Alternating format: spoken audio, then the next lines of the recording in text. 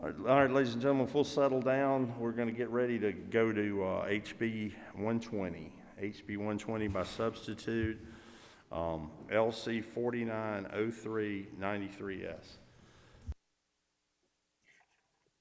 Thank you, Chairman and committee. Hang on, You you're not ready? recognized. Hang on. We'll be right. I'm ready to go, Daddy. I'm I ready to understand. go.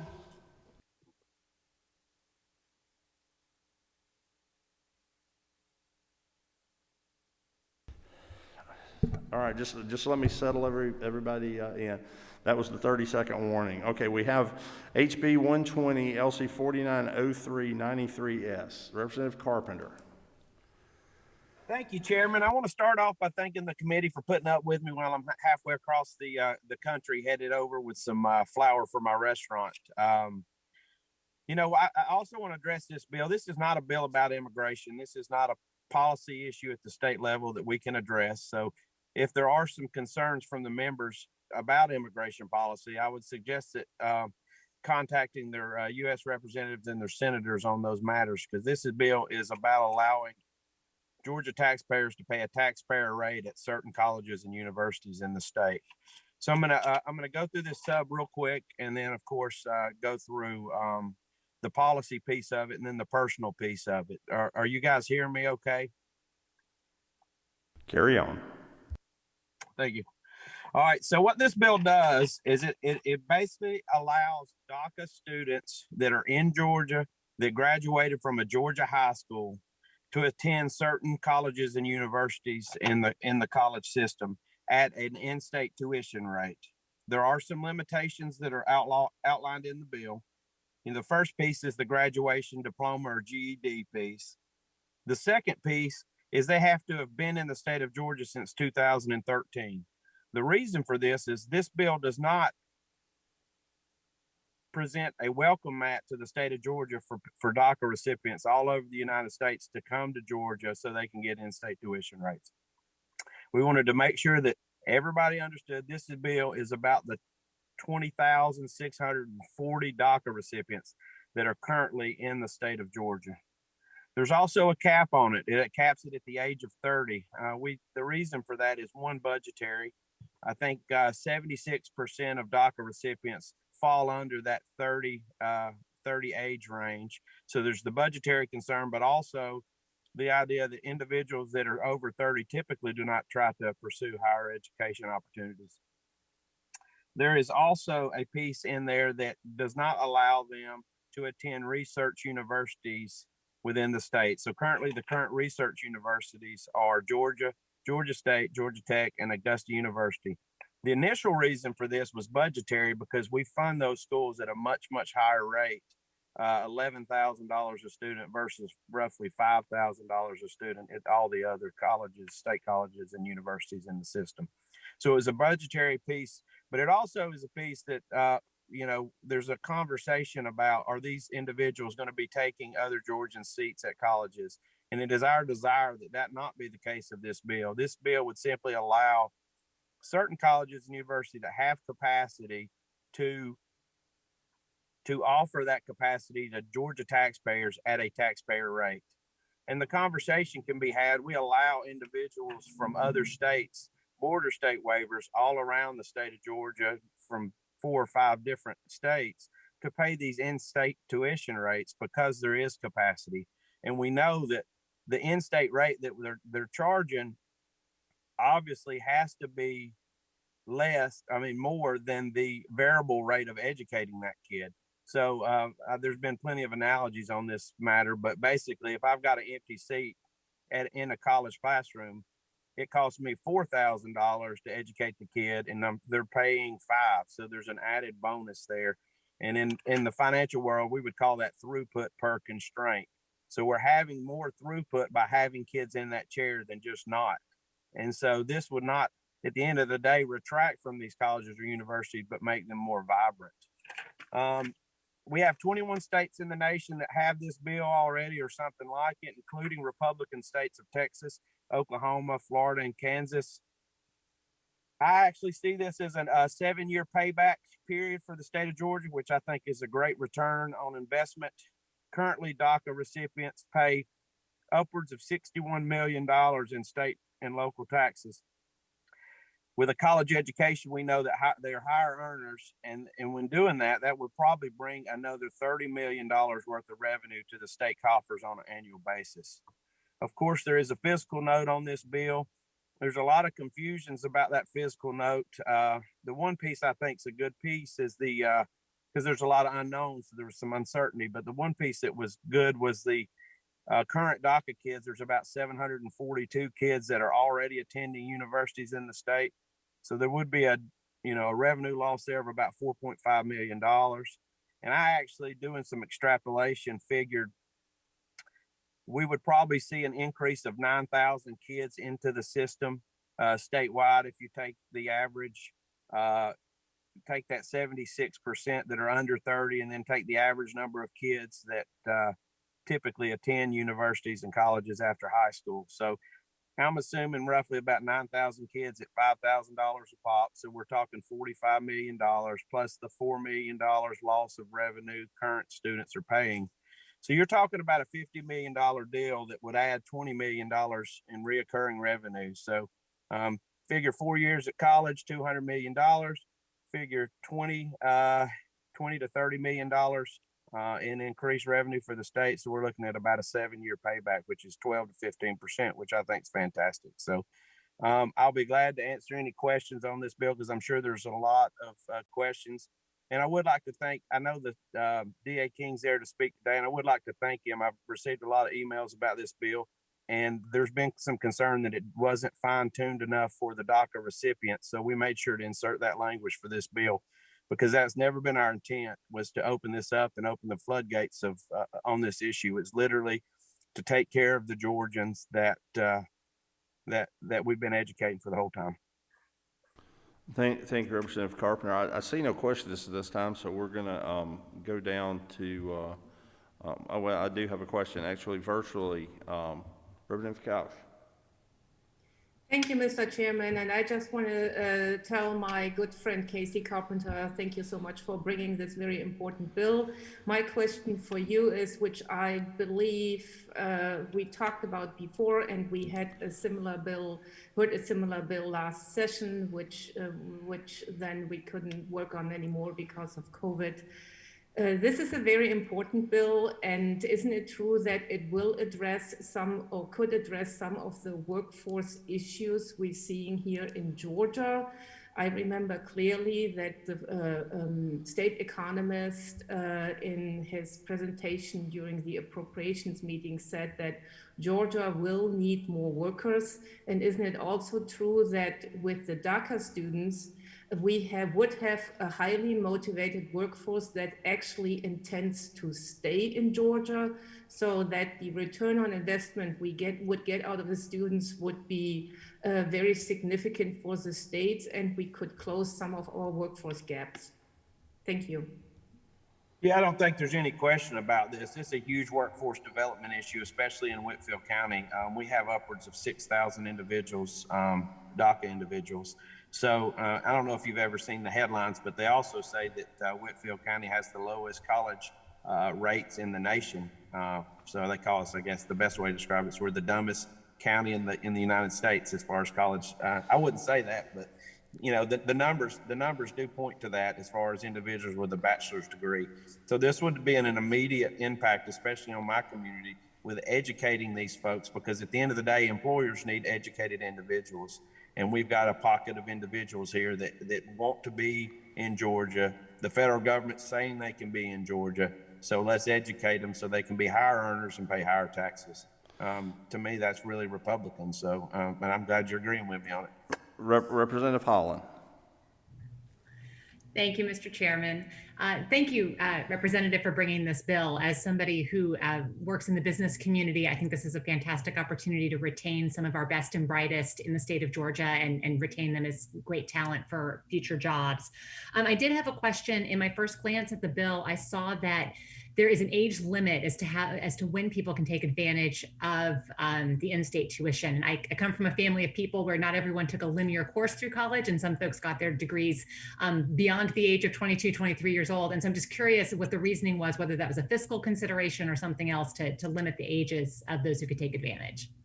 Yeah, I think a lot of it was fiscal. We heard a lot you heard Representative Evans today talk about hope that it shuts it down at 28. So we looked at that number and said, let's give them 2 more years because of extenuating circumstances. But I think studies will show that after the age of 30, most individuals, you got kids, it gets harder and harder. So, why not go ahead and eliminate that subset of folks and keep those budgetary constraints in? Representative Park. Thank you, Mr. Chairman. Thank you, Representative Carter. I hope you are being safe while you're out there. So given the economic benefits that this would have, particularly the good return on investment for Georgia taxpayers, could you explain or do you have any concerns whether or not that return on investment would remain if we removed the requirement that excludes University System of Georgia's research universities? And would you also be able to share why there's the additional requirement of prohibiting otherwise qualified students, Georgia taxpayers, who may fall within the category of non-immigrant alien within the meaning of 8 USC section 1101? Yeah, thank you very much. So the first piece is those. Hello, hang on. I'm gonna help you out with the first portion of that. The reason the university system, one of the reasons the university system is in there, and I will sound this out on behalf of Representative Carpenter. He and I have spoken before. Is there's constitutional issues in Georgia about public benefits relative to we'll use the term here, lawful people that are lawfully present. Representative Park. So at this point, the university already has a policy that does not allow individuals that do not have a lawful presence admittance to certain units of the university system. So as a matter of fact, there's not access by university rule for constitutional reasons that would not allow those individuals to be admitted to the school. So going to a tuition of a different kind is a moot point relative to the research universities. And there's been some suggestion about components in the university that don't fall in. So, as we perfect the bill, we may look to the university rules and codify that, but that is another reason to exclude research universities, because the University of Georgia system rules doesn't allow individuals without lawful presence admittance at this time. And Representative Carpenter, I'm going to come to you, but I'm not sure this is exactly her lane, but if the attorney from the university, Ms. Bowen, you're there, I don't think this is your specific area of expertise, but did I state that correctly from conversations with the university? Ms. Bowen?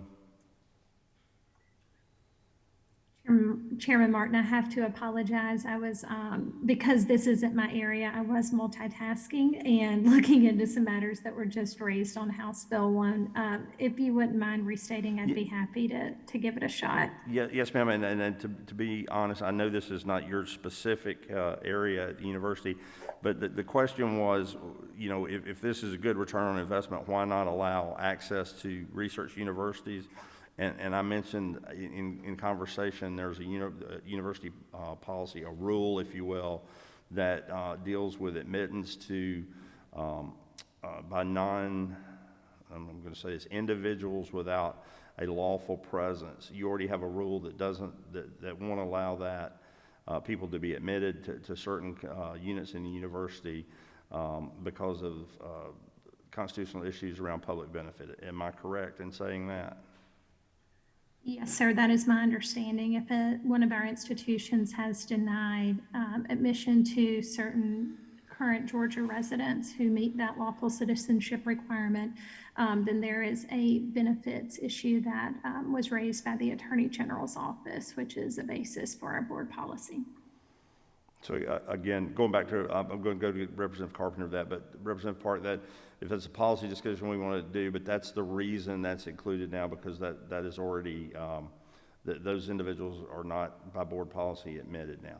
And then Representative Carpenter, the last part of that question for you.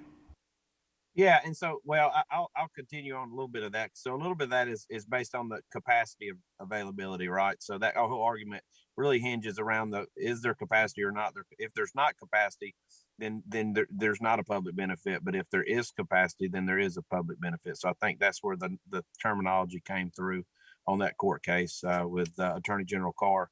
And then as far as the exclusion on the bear with me, get the line correct. The exclusion on line 33 is basically applying to just a couple of subsets of individuals. So people that are here on a student visa with full intention of moving back to France or whatever country, or India, whatever country they've come from, just to get an education in Georgia. We don't want to allow them to pay for the in-state rate because, one, they're not Georgia taxpayers, but two, they're just coming here to get their education and go back home. And this is about allowing Georgians to pay a taxpayer rate and stay in Georgia. So because that's where they want to be. I mean, they're Georgia fans. They're Falcons fans. They go to church with us. I mean, these are people that want to stay here. So that's the importance of that piece, is to say, look, there's no reason for us to be giving these other individuals the in-state rate. And then there's also a small subset of folks like ambassadors, children's, et cetera. Thank you, Representative Carpenter. Thank you, Representative Park. Dr. Clark. Thank you, Mr. Chair. To my friend, Mr. Carpenter, thank you so much for bringing this bill. I love this bill. I do just have one question just to clarify. You mentioned it when you introduced the bill, the January 1st, 2013 residency requirement. That's a very, very stringent residency requirement, having maintained domicile for 8 years as of this year. A previous version of the bill said 4 years. Is there any significance to this particular date or this particular amount of time? Yeah, so to me the particular the date's really important, because that's when the initial run of individuals receiving DACA, that's when it stopped. The December 31st of 2012. That's when the initial application process stopped. Now you've had subsequent application processes, but I think those have all been renewals. So what we're saying is these are kids that have been in Georgia the whole time. These are kids that have gone through our K-12 system, graduated from our high schools. And so that was the importance of that piece. I think a lot of people have heartburn being a magnet from people coming from other states to come to Georgia. And what this bill does is it says, look, we're going to take care of Georgians first. So that was the point of the date. I agree it's a long time, but I think it's important for folks that, may have a little heartburn with this bill to understand this is about taking care of the children that have been here the whole time.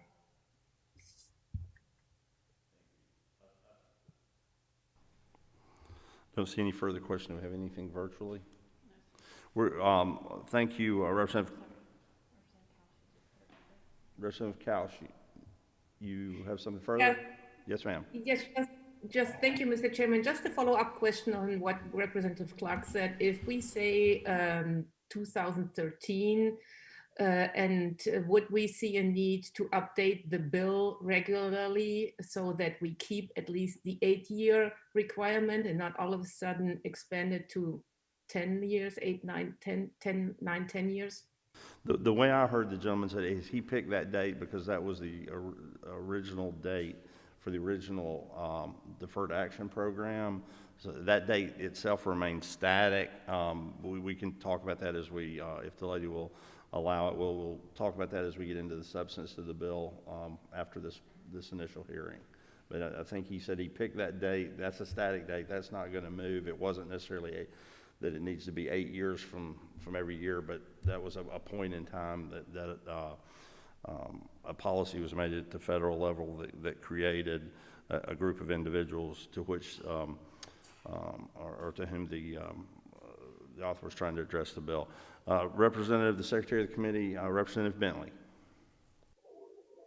Thank you, Mr. Chairman. Just basically wanted to let Representative Carpenter know I thank him so much for his work on this bill, and I look forward to voting for it when it comes up for a vote sometime soon. And also to make sure that you knew that I was on the call, although I was on mute earlier doing roll call. Thank you. Yes, ma'am. We had you at the roll call. Okay, we're going to move on now into the hearing portion of this. We're at 11:57. Clearly, we're not going to make it out by noon as the chair had intended. I say that fully in jest. Of course, we're not. But if we could, we'll move along here. I'm going to go down the list in the order people signed up. Here, I have Grace Kim, Georgia School Board Association. Ms. Kim. Hi, my name is Grace Kim. I'm with the Georgia School Board Association. The Georgia School Board Association supports HB 120. Ms. Kim, can I get you to maybe lean into that microphone a little bit or make sure it's on? Maybe I'll turn you up. There you go. Thank you. The Georgia School Board Association supports HB 120. Undocumented children who graduate from Georgia schools or have earned a Georgia GED are part of our community and should be treated as such. DACA students were brought to the United States by their parents and did not choose to run afoul of immigration laws. They and their families work and pay taxes in Georgia and should be treated with the same opportunities as Georgians to pay in-state tuition. Removing financial barriers to higher education will even the playing field for these students and increase the number of skilled and professional employees in Georgia. Thank you. Thank you, Ms. Kim. Katie Stamper, 120. Yes, ma'am.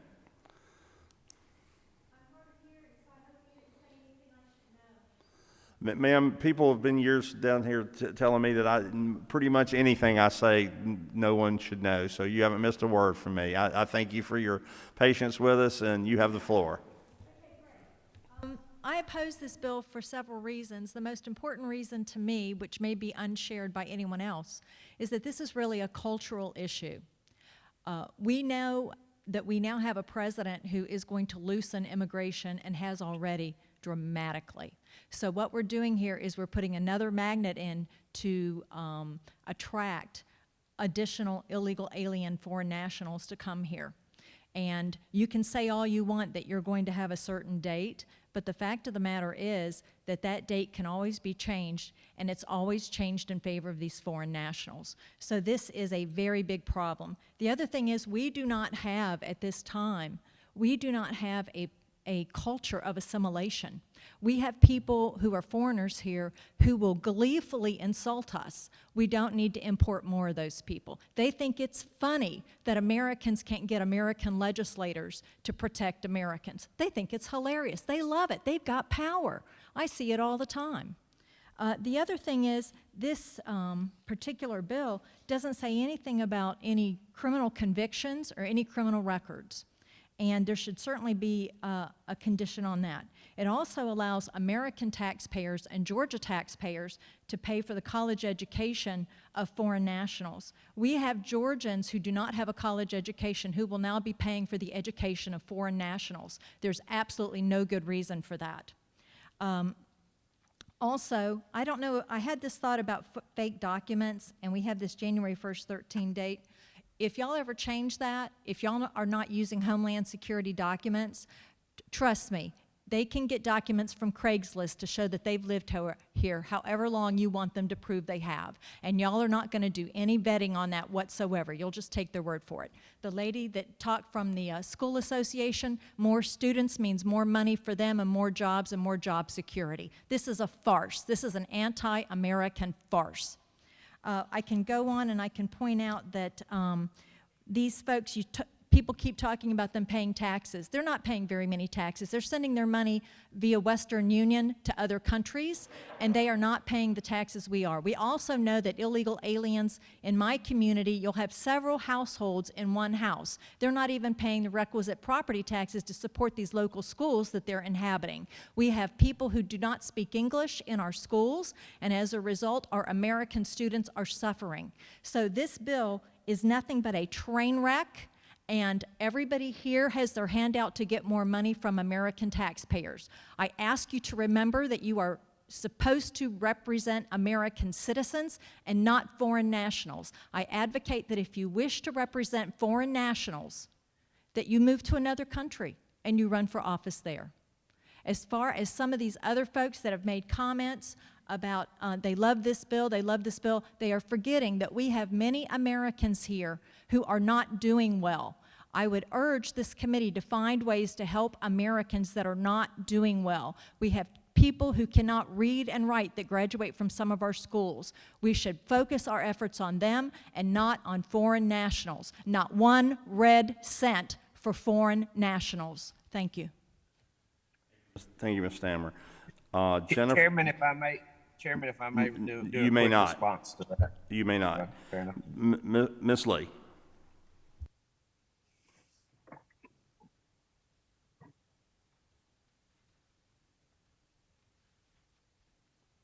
Thank you, Chairman Martin. Ms. Lee, I'm going to if- ask you to lean into that microphone. Sure. Yes, ma'am. We want to make sure we hear you. Okay. Thank you, Chairman Martin, for allowing me to speak on HB 120. I just want to, I know I started with this earlier, but I just want to reiterate again that this committee, I believe, is the purpose of this committee is to focus on common sense solutions that are going to help more students pursue education after high school. And, thousands of DACA recipients do call Georgia home. The DACA recipients in Georgia have lived in the U.S. for an average of 20 years. Many are qualified to continue their education after high school and want to do so. But the high cost of out-of-state tuition is a major barrier from attending and completing college. Just to give you some numbers as an example, I'm not picking on Kennesaw, just picked Kennesaw as sort of a mid-priced institution in our state. Out-of-state tuition rates at Kennesaw State are nearly $20,000 a year in tuition, not including fees or other expenses. The same policy applies to technical colleges, which would mean full-time students would pay $5,000 to $10,000 in tuition a year, not including fees and other expenses. Now that differential of $14,000 or $6,000 may be small from the perspective of the university system, which collects more than $2 billion in tuition revenue a year, and which this body funds at over $2 billion a year. But that $6,000 can be a huge barrier and make a big difference for an individual student. I believe that DACA recipients should be eligible for the same in-state tuition rates as their peers. 19 states have similar policies, including my former state and economic competitors like Texas, and I believe they are better for it. Georgia can thrive only with the full economic participation of all who live here and call the state home. And I believe that America is a nation of immigrants. Its historical success has come in no small part due to contributions of immigrants and their families throughout the history of this country. And I know that normally when I speak to you, I speak about budget dollars and policies and all of that, but if you do allow me the personal privilege, some of my immigrant family friends and neighbors really are some of the most patriotic Americans I know, as they chose to come and change their lives to live and raise their families in this country. So this bill would provide an opportunity to eliminate a barrier to that full economic participation and opportunity, and I believe create a more educated and prosperous state for us all. So thank you for your time. Thank you, Ms. Lee. Raymond, is it Partolin? Partolin. your pen went a bit dry on the top of the P, so I wasn't sure if it was trying to be a half a K or a P. You have the floor. All right, thank you, Mr. Chairman. Members of the committee, my name is Raymond Partolin. I live right here in Atlanta. And I didn't prepare any kind of remarks today. I just wanted to make a couple of points. I'm Filipino-American. I grew up right here in the state of Georgia. I moved here at the age of 1 from the Philippines. And so as you can imagine, I have no recollection of any other place but this state. In fact, I have the words wisdom, justice, and moderation tattooed on my back because I believe so strongly in the ideals and the foundations of the great state of Georgia. I also work at Cook Baxter Immigration, and my boss, Charles Cook, I believe assisted with the actual drafting of this legislation. And so I believe I bring a unique perspective to this issue as a former DACA recipient myself, as now a lawful permanent resident of the United States, and also an immigration practitioner, specializing in family-based immigration and removal defense. So a couple of things that I want to point out. One, regarding the DACA program itself, it was announced on June 15, 2012 by President Barack Obama. The Department of Homeland Security began accepting applications for the DACA program back in August of 2012.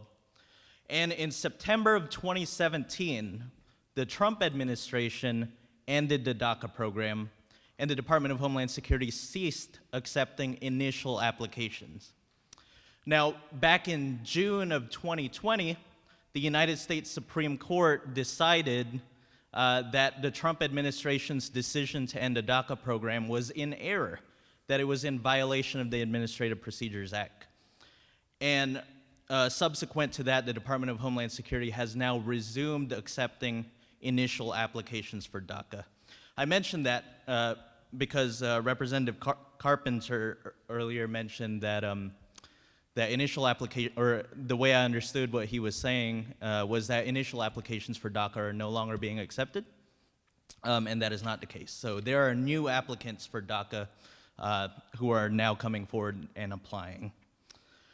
And so I recognize we're short on time, so I'll go ahead and close up. But providing in-state tuition access to DACA recipients in this state would level the playing field for DACA recipients, would strengthen Georgia's economy, and would provide young, undocumented students who have lived here in the state of Georgia for the majority of their lives with a chance at a better future. I grew up in Macon, and I'm a proud product of the Bibb County Public School System. Graduated from Central High School. I was the salutatorian of my class. In fact, the first time I was here at the Capitol building, it was 10 years ago, when I went with my high school orchestra and we played a concert right there out in the rotunda. And so had it not been for my own college education, I graduated from Mercer University in 2015, I wouldn't be where I am today in my career. And there are tens of thousands of DACA recipients here in this state, over 21,000 specifically, who would benefit from a higher education. And so I want to close by just saying that providing in-state tuition access for DACA recipients in this state would be good for our state because it would allow us to retain the talent and creativity and intelligence that these young undocumented students have. My girlfriend is now a student at the Syracuse University College of Law in New York. She graduated from Armstrong State College here in Georgia, but because of the way our laws work right now, she was unable to go to law school here in this state. And so I appreciate all of you for your time. I appreciate the bipartisan effort to provide undocumented students with access to higher education, and I will yield the floor. Thank you.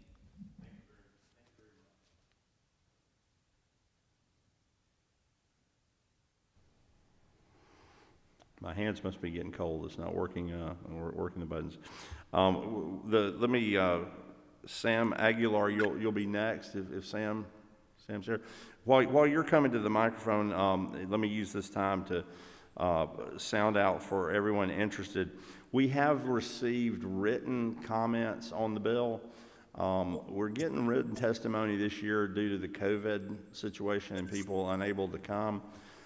This is a bit new to the committee to have, I think it's new to the House and the Senate, the Georgia legislature in general, to have these submitted. So we're working on a way, because when one submits, written, the folks want this to be written testimony for that to be truly written. Of course, I've got to get it to the members, but it also needs, in the chair's opinion, it needs to be available to the public as any other testimony. So we are working on making those available in PDF form electronically. In the meantime, should anyone wish to have access to those specifically while we're working with House IT on a way to make that, connect it publicly so one doesn't have to ask for it to get it, please email Sarah Gallion if you're interested in written testimony to the members. We're also working on getting that testimony to you. If you're interested in it before we get it out and get you a link to that, please let Ms. Gallion know.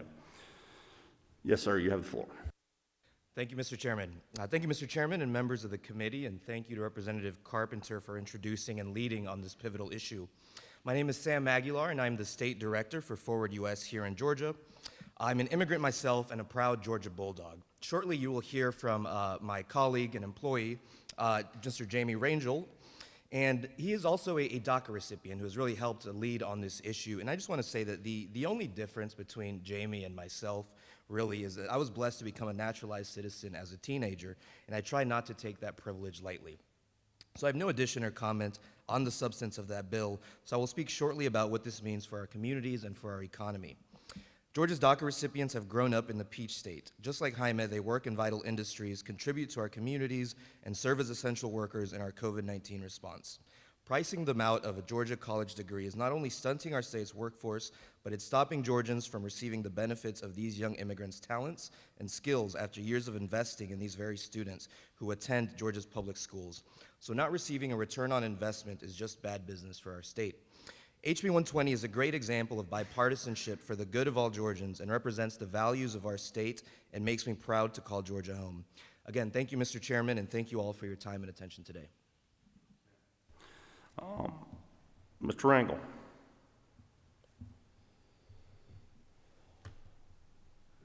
Thank you, Mr. Chairman, members of the committee, for allowing me to speak today. I also want to thank my hometown representative, Casey Carpenter, for leading on this effort. I was brought to this country when I was only 6 months old. And in fact, my first birthday was celebrated here in America. The first steps that I took as a toddler were in this country. Growing up, I grew up with Northwest Georgia values. I went through the Dalton public school systems where I proudly, to this day, will pledge allegiance to that flag behind y'all. I was a Boy Scout. I was the first Latino to play baseball in Murray County High School. I am proud to say that I eat tortillas and grits at the same time. I'm a Southerner, but I also remember my heritage. I'm a Georgian. I consider myself a Georgian. I consider this state my home. I have an 11th-month-old now. I have a family now, and I want to continue living in this state and helping this state be the best that it can be. But unfortunately, I was given a barrier when it was time to go to college. I couldn't get in-state tuition at Dawn State College, a university that I would have been the first to graduate with a college degree in my family. To this day, I have to pay 2 or 3 times more the amount than my classmates did when they went to school. I'm just asking for a level playing field in the state that I know that I truly love and that I am proud to call home. I am not asking for special treatment. I am a tax-paying resident of the state of Georgia. I am lawfully, legally allowed to work in this state. I have a valid Social Security.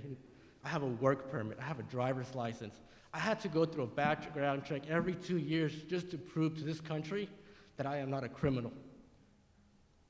And it's upsetting that to this day I face barriers. Mr. Chairman, I have nothing else to say to the members of this committee. I just want to share my story.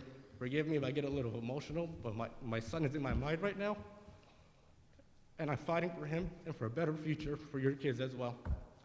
Thank you so much for everyone in this committee for hearing me, and forgive me for getting a little emotional. But God bless our state. God bless every single one of you. And I believe that the best days are ahead of us. Thank you. Thank you, Mr. Rangel. Mr. King.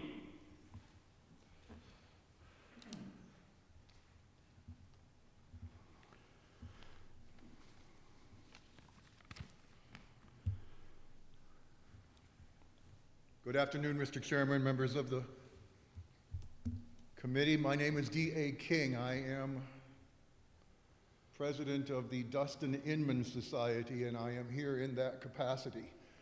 I too love my country. My adopted sister is an immigrant. Many of the people who support us, including on our board, are immigrants. The concept, folks, that this bill is not about immigration is one of the more ridiculous things I've heard in this building, but I've only been coming here since 2003, so maybe there's other things. I'm going to go in a little bit reverse of what I had in mind to say. I've been over the committee substitute. You will constantly hear in the media, intentionally, repetition, repetition, repetition, and including in today's testimony about DACA recipients. DACA recipients. DACA recipients. If I may respectfully call the attention of everybody concerned to line 34 of the committee sub, LC 490393S, this bill does not require that someone be a DACA recipient to get in-state tuition in the university system of Georgia or our technical college system. It simply says, it's pretty slick, but it simply says you would meet the criteria, not that you actually have a DACA. I'm very grateful to the young man who publicly confirmed the involvement of Mr. Charles Cook in writing this. I am impressed because I deal with immigration. If I may, Mr. Chairman, I don't hear well myself, and I heard conversation earlier about a theory on why illegal aliens are not allowed into research facilities. I feel duty-bound to point out, because I've been working on public benefits legislation in this building since 2006, 2005, post-secondary education is not, repeat not respectfully, a public benefit. The policy for USG was created because it was clear to them if they didn't do something, they split the baby in effect. The legislature at the time was prepared to pass a more stringent law than we did in 2006. The date here of 2013 of people arriving here illegally is immaterial. This is a precipice bill to get us over the edge so that it will be much easier in 2 or 3 years to continually come back and change that date. I think another lady commented on that. I hope everybody understands that at our border right now, we have thousands, in the 20s and 30s of thousands of people, many of them with children, ready to come over and set up housekeeping here, and they will never, ever go home. If you pass this bill out of committee, it may or may not pass the House. But I beg of you as legislators to be prepared to renew it, as was discussed previously, every 2 or 3 years. And it'll be a lot easier to renew it than it is to pass language that in fact is designed to give a benefit of a reduced tuition rate for people who are clearly illegal aliens, without giving that same reduced tuition rate to Americans who right now are sitting in Michigan or Nebraska who want to go to UGA or the Georgia State or Kennesaw State. I know people personally in Michigan who want to do that and can't afford it. I would also just respectfully, I'll just be another minute, but if you look online, starting on 14, 15, and then 16, to get to where this bill wants to go, the author and the drafter who are not the same, have to cross out a bunch of language that is intentionally designed to provide these benefits for lawful permanent residents. Those are green card holders. For refugees and asylees. We have to cross that out to get to where we want to be, to give illegal aliens in-state tuition in Georgia, wherever they grew up. This will encourage people to come because the idea is if we can get this passed now in 2021 in the currently controlled state capital, it will be much easier to say, well, you know, a lot of people came here and we want to change it to people who've been here since 2021 in a couple of years. And there's another thing on the bill. I deal with legislation a lot, and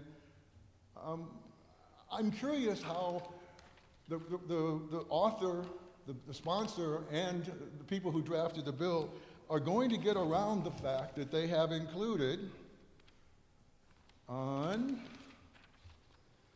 line 34 is the criteria. Again, to repeat, it's the criteria, not that you are a DACA recipient as is advertised, but I meet the criteria. If you look at, line 37, starting on 36 and going to 37, I don't know how this circle is going to be squared or square be circled, but it particularly says that a non-citizen who is lawfully present. Up at the top, we're creating a series of requirements. The state of Georgia is creating its own requirements for in-state tuition to illegal aliens. That certainly affects federal law, but it says that the student on line 37 must be lawfully present. If you go back up to line 23, the applicant or the student, in this case, must satisfy all of the following conditions. Go down to line 37, the student must be lawfully present. I spend my life on this, so I'm going to read a little something from the 11th Circuit Court of Appeals, March of 2019, when a same group of DACA recipients, represented by Mr. Charles Cook, went to federal court trying to get a remedy on the exclusion from being admitted to the research universities. They went to federal court and lost. They went to the appellate court, the 11th Circuit Court of Appeals in March of 2019, clearly ruled that DACA recipients do not have lawful presence. It's on page 26, a quote, as explained above, appellants are not lawfully present in the United States. Even the liberal Atlanta Journal-Constitution reported as DACA recipients, they were simply given a reprieve from potential removal. This does not mean that they are in any way lawfully present under the Act. The Act is the Immigration and Nationality Act, which is the way that Congress governs this country on immigration. If this law passes, it will be because, and I mean no disrespect, but if this law passes, it will be because of the ignorance of the lawmakers who are being bombarded with fake news and feel good, pick me because I love my country. It's not a matter of how we feel. Somebody has to stand up and say, this is the line. We are going to give our best treatment to American citizens and people who obeyed the law to join the American family. If we are bound by somebody bringing their kid over every 10 years to figure out how they can get something for free or a reduced rate, regardless of the economic benefits, I think we have traveled off the path of the rule of law. And I'm going to close with one more quote. I'm grateful for your time, and I too apologize for my emotions, but this is my life's work. The Attorney General, Chris Carr, we have continuously and clearly taken the position in ongoing legal cases that DACA does not confer legal status. So if people want to wonder why it says on line 34 criteria instead of DACA recipient, that might help solve your mystery. On a parting note, I know that politics in Georgia is built around being number one for business, but at times it strikes many of us as perhaps there is a bubble here, because in the rest of the country, people are recognizing the fact that we have a raging unemployment problem. And here's my go-away quote. Democrat Senate Majority Leader Steny Hoyer, February the 4th, there are 18 million Americans on unemployment programs and an additional 779,000 UI claims filed last week. If we're trying to educate people so they don't become low-skilled workers, and at the same time we are increasing our federal limits on unskilled workers to bring in foreign labor, there's something that doesn't work right in that argument. I am extremely grateful for your time. One more time, I apologize for me being emotional. I hope that this bill never sees the light of day. If it does, I hope that there is a clear hand vote, and there's a lot of people who will be watching the vote on the House floor. Thank you very much, Mr. Chairman. I am more than happy to take any questions. You have none, sir, but thank you very much. And I'll say to you and the gentleman for it, no one ever has to apologize to this committee for emotions as long as they're not an outburst at another individual or a member of the committee. Being emotional and for what you believe is never something to apologize for. I appreciate the gentleman. We're going to move along now to some virtual participants. So if the committee will bear with me, we're getting closer to completion. Mr. Jose, is it Samprin? Samperio, yes. Yes, sir. You have the floor. Thank you so much, Mr. Chairman. My name is Jose Godinez Samperio. I am an immigration attorney with Shirazi Immigration Law, and I just want to point out a few things about this bill. There's been a lot of conversation, a lot of comments about this opening up the floodgates because of this 2013 date that may or may not be changed. But I just want to point out that DACA requires people to have been in the United States since 2007, June 15. So it's really not going to open up the floodgates. First, because people are not going to qualify if they come in today or tomorrow. They're not going to qualify for DACA. The only way they qualify for DACA is if they have been in the United States since 2007, June 15, among other requirements. The other comment that I want to make is that immigration law is extremely complex, and it does make a difference as far as lawful presence versus unlawful status. And I don't mean to get into the nitty-gritty of this, but DACA recipients do have lawful presence, although they don't have lawful status. But I don't think that that's the point of this bill. The point of this bill is that we're talking about long-term Georgia residents. And not only long-term Georgia residents, but long-term US residents, because they have been in the United States since 2007. And third, I also want to point out, somebody mentioned, oh, this bill doesn't exclude people with criminal records. Actually, it does, because to qualify for DACA, to qualify for the criteria of DACA, you cannot have a felony on your record, you cannot have a significant misdemeanor on your record, and you also cannot have multiple misdemeanors. And you also cannot pose a threat in public safety, to public safety, or be a risk to public safety in the United States. These are all things that the Department of Homeland Security has already vetted for somebody who has DACA. So that is already part of the bill, and it doesn't need to say so specifically, because the federal government has already vetted these individuals for that reason. So I don't have anything else to say other than I support the bill. I think this is a great bill. Thank you so much. Thank you very much. I see no questions at this time.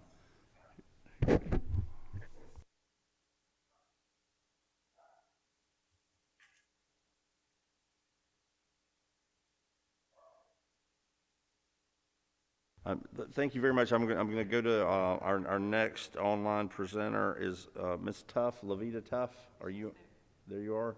Okay. I'm sorry. I'm looking at a screen here, so sometimes if I'm just seeing names with cameras off. Yes, ma'am. You have the floor.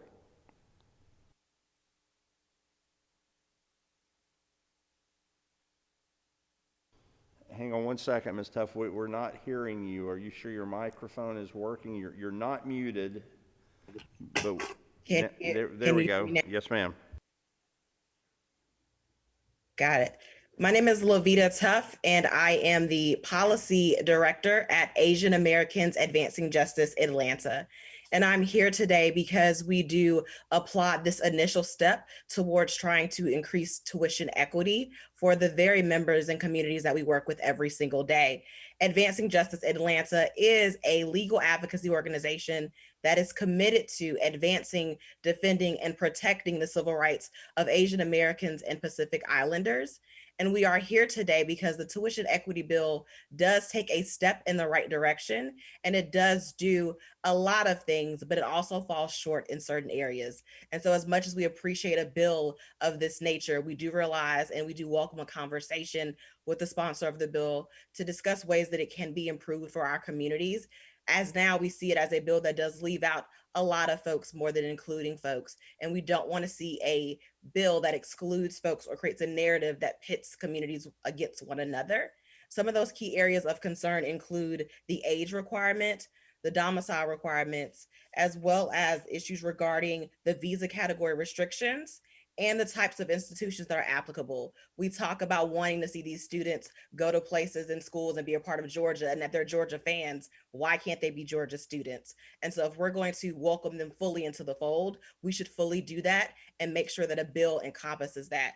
There are also concerns around privacy for those who would apply to get in-state tuition. Currently, the language in the bill does not create any type of confidence that the evidence provided to meet the criteria would not be provided to law enforcement or used for secondhand purposes. And for our communities, that is extremely scary and detrimental. And so we would love to have a conversation with the sponsor of the bill to work on the language of the bill to make sure that it is more inclusive around major components like age, domicile, visa categories, the privacy concerns, and types of institutions to make sure that we're benefiting all of those who call Georgia home. We understand that $61 million was paid in taxes by DACA participants and state and local taxes.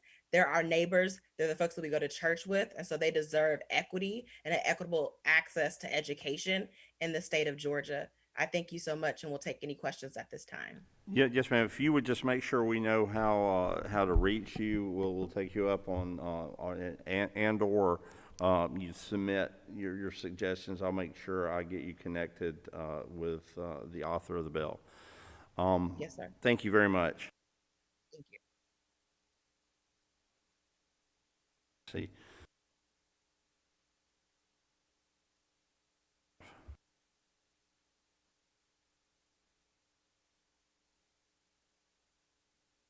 Sorry. Christian? Hey, can you hear me? Yeah, I'm sorry. And I had the wrong gender in front of your name. I read it as Christina, so I was changing your whole persona there for a moment. You have the floor, sir. Thank you, Mr. Chairman. It's good to see you again after a year that I believe none of us could have expected. But here we are again. Once again, my name is Christian Olvera. I am a proud resident here in Dalton, Georgia. Shout out to all my Dalton State students that have also been on this call. I'm here to give the perspective of yet another DACA recipient, another dreamer. I was brought here at an early age of 8 years old, and very much like Jamie, I mean, this is home to me. And I can go on, and all of these stories are going to be very, very similar of the opportunities that were given to us since a very early age. Now, just to update you, I mean, this pandemic has taught us plenty about necessities. But just imagine if milk or gasoline was more expensive just because of your legal status. This is a sentiment that tens of thousands of students feel at the moment. These are the same students that the state of Georgia has already invested decades of educating, as we come from youth from many different countries. And thanks to the dedication and perseverance of our teachers, they have forged great minds to become ideal candidates for our top colleges, only to halt that momentum during the peak of solidifying their career. I believe everybody in the committee and everybody on this call share the same ideal that education is a necessity. for many. And in my opinion, as an immigrant, it is critical for me to further my education, not only for my goals, but definitely for a productive and an efficient economy. And we can keep Georgia the #1 state to do business. Mr. Chairman, we're not looking for any handouts or anything at less of cost than at anyone at a standard rate. And Dreamers are tax-paying, focused, and persevering members of society. We have ticked all of the boxes to be American citizens, yet we are not considered as such on paper. Please consider this bill to normalize the cost and allow Georgians to complete this stepping stone towards the American dream. And as a proud Roadrunner, I'm currently 29 years old and I understand the limitations I have ahead of me, but I also do this advocacy for the people behind me, the people that aren't giving up. I'm not giving up. Not a single Roadrunner, Georgia Bulldog, Kennesaw Owl is going to give up. Thank you. I yield the floor. Thank you, sir. Thank you for being here with us today. Ms. Bagno, how did I do with the pronunciation? Yeah, Saida Bano, thanks so much. Good afternoon, everyone. Thank you so much for having me here today. My name is Saida Bano, like the chairman just said. I'm a graduate of Oglethorpe University and have lived in Georgia for almost 21 years now. I want to start by thanking Representative Carpenter for bringing this bill forward. As someone who would have been directly impacted from legislation like House Bill 120, I'd like to express sincere appreciation for this conversation and its bipartisan support. In addition to being an almost lifelong resident of Georgia, I'm also a DACA recipient. I attended Oglethorpe because at the time, as a DACA recipient, I was unable to enroll in many of Georgia's public universities. This meant that while I watched many of my friends in high school celebrate their college acceptances, I was scrambling to find a school that would accept me and, more importantly, my DACA identity. I was left with the decision to attend Oglethorpe or forego college altogether. And truthfully, it was because of the investment that my teachers had made in me and their hope that I would pursue a degree that I ultimately decided to enroll at Oglethorpe. This was just the beginning of making difficult decisions regarding my higher education, though. Within the first month of attending Oglethorpe, I learned that attending a private institution was going to be extremely expensive. Without the assistance of federal loans and the ability to access in-state tuition, it seemed impossible for me to afford my education. However, I had come too far to give up. Once I had exhausted the minimal resources available to me through the financial aid office, I began working multiple jobs to afford my tuition. While pursuing a double major and being intimately involved in campus activities, I also worked 60 to 70 hours a week while being a full-time student. I often passed up internships that would have been greatly beneficial to my career and my academic aspirations, but I simply could not have afforded to give up other opportunities to pursue them. Having access to in-state tuition for a student like myself would have changed my entire college experience, allowing me to focus solely on my academics and enjoying more of the traditional college experience rather than waking up at 4 a.m. to complete an early morning stocking shift and not returning back to my dorm until 10 p.m. when I was done being an academic tutor to then begin working on my own class assignments. While I'm grateful to the sponsors of this bill for bringing it forward and continuing this discussion, this bill still does not go far enough. I believe this bill is a strong starting point for where we should be headed for sure. However, having different tuition rates and requirements for students living in Georgia simply based on their immigration status is unjust and nonsensical. Rather, we must advocate for all graduates of Georgia high schools, regardless of their citizenship status, to be able to access in-state tuition. Georgia State University was the first university that sent me a rejection letter based on my citizenship status. This was before they had begun accepting documented and undocumented students to their university. I grew up watching college football and in a town where Go Dogs was an equivalent to a hello. So needless to say, I had always dreamed of attending the University of Georgia. However, learning that from my Georgia State rejection letter, I realized that dream would not have become a reality for me. It's also important to note that even if UGA had been willing to accept DACA recipients and this legislation had already been passed, I would have still been struggling to afford the cost of attendance.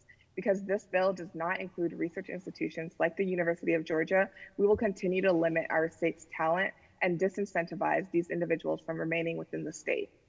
Additionally, the setting of an arbitrary date such as January 1st, 2013, as the cutoff deadline for undocumented students to qualify for in-state tuition is another example of how this legislation can be improved to ensure that we, as a state, afford all graduates of Georgia high schools the same opportunity to pursue an education within our state.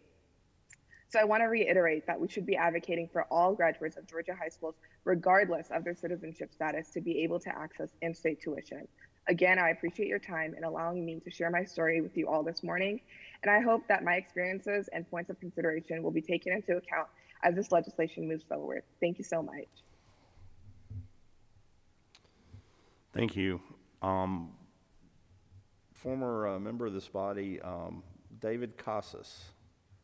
David. Do you hear me? Yes, sir. Very fantastic.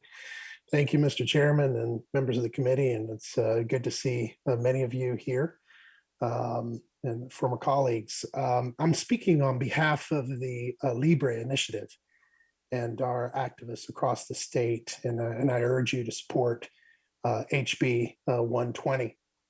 You know, Dreamers and all Georgians have continuously demonstrated an ability to greatly contribute to our communities. And we just simply desire to break down those barriers that prevent them from doing so. Affording deferred action college students the same opportunity as their neighbors and their classmates to pursue higher education. I mean, this is so fundamental, and will only help to further maximize their potential and future contributions to the state. They are Georgians and they love living here. And this is an opportunity that we have. You know, I have a dreamer that's been watching this committee hearing this entire time, this entire morning, and she texted me and she said, you know, I was listening to Representative Evans' bills, and it's, as a DACA recipient, I would never be able to participate in any of those programs that would help me pay for college. And when you listen to stories like that and you see that she's at Georgia State and paying triple the cost of what her classmates do, it just breaks the heart of when we see our fellow residents doing that. You know, HB 120 is a small step in the right direction. We know that this is a bigger problem, and the Libre Initiative would like to see a permanent solution at the federal level. But obviously, you know, as a state body, you have an opportunity to move forward with this in the right direction and helping students and Georgians be able to contribute to the state. And so, Representative Carpenter, thank you so much for bringing this bill forward. Committee, thank you for considering it. Mr. Chairman, thank you for having this hearing. And the Libre Initiative stands here ready to assist with anything as far as this bill moves forward. And thank you for the time again. Thank you, David. It's always good to see you, and appreciate your service when you were here at the Capitol. I think we actually may have come in together sometime in the past back there. But thank you very much. I don't think we have any more speakers signed up. I look at the room. Thank you all for the ones that have stayed with us for these items this morning. I don't see anyone else online. If anyone else online is a speaker, do that virtual raise your hand thing. Chat at us, let us know, because we're winding this down. I see no more speakers, so we'll wind up the public comment on this. Representative Carpenter, I'm going to come back to you to finish, and then I'm going to kind of give you a suggestion as I did Representative Bonner relative to HB1. I'll do the same with you here on HB 120. Representative Carpenter. All right, guys, I know it's been a long day, and I appreciate you guys sitting through this situation. And I duly note some of the things that were mentioned before, because whoever the lawyer was that discussed his boss writing it, I've never even spoken to that guy. So this is actually legislation that we're working on with lead counsel. And so by no stretch of the imagination are we trying to be cute with the language at any point. So this, sorry about the noise. I'm parked on the side of the road for the last 3 hours, but my heart breaks when you hear conversation about not assimilating into society, because I would offer an opportunity for any of you to drive up to Dalton and see the assimilation. These individuals are Daltonians. They're our neighbors. We worship with them. We play football with them. And it is not what is being portrayed. These are Georgians who, by no fault of their own, were brought here. And this is a solution. And that's all I got. Thank you, Representative Carpenter. I appreciate that. And I'll ask before I close this out here today, this is the last item we have on the agenda, virtual or in person. And I thank everyone for hanging with us. This has been close to 4 hours. I had not thought it would take that much time, but I think it all was good for us to hear as committee members, and it was good to have the interaction. Anyone else from the committee have anything for the good of the order? Well, actually, let me go out of order here. Let me give sound for the committee what I think I heard today.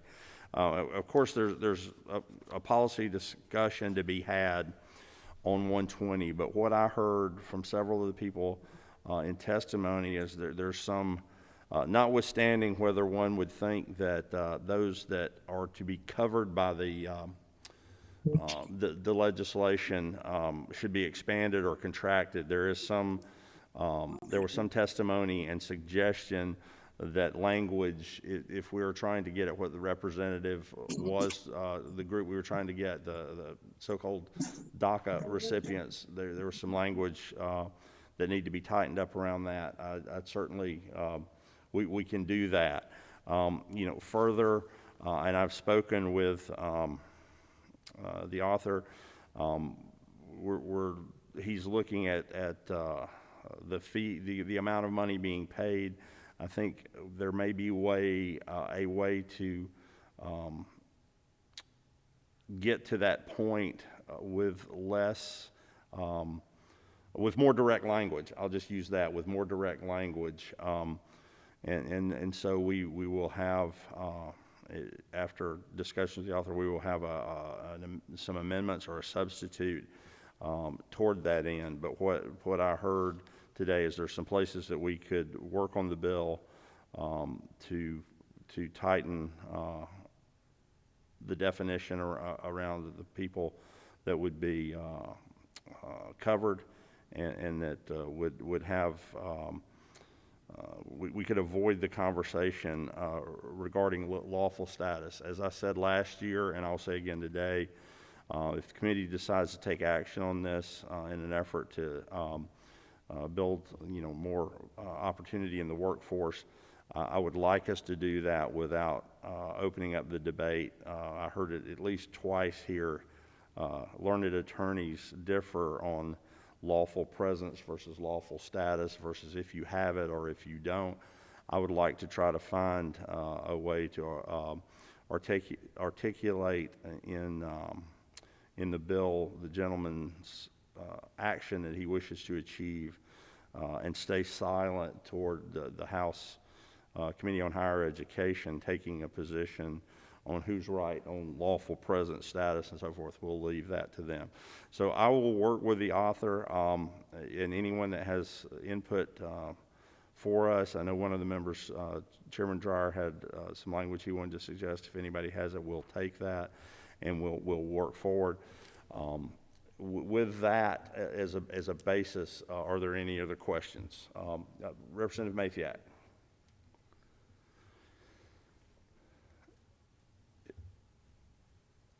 Representative, if you're trying to talk to us, you need to unmute.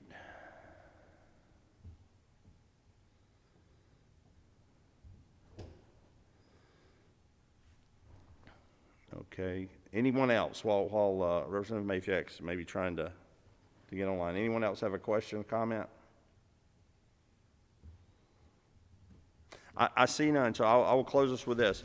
I understand there's passionate opinions on all sides of this. I want to keep this committee, focused on the gentleman's proposition. I do want to say this, and it is sure to make people mad on both sides of this issue. I, for one, have been down here for a little while. I've lived in Georgia all my life.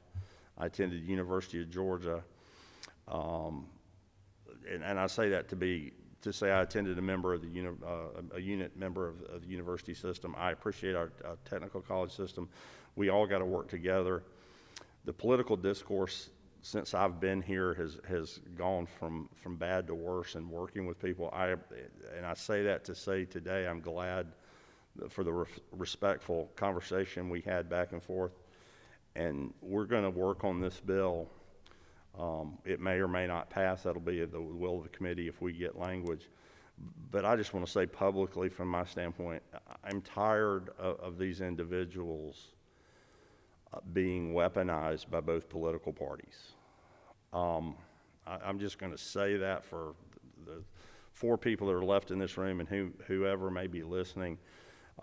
This should not be a partisan thing. We should find a way to do things that are good for individuals, that are good for the state taxpayer, that are good for the university and the technical college system, and we don't have to weaponize these individuals or the immigration system to do that, to get to there.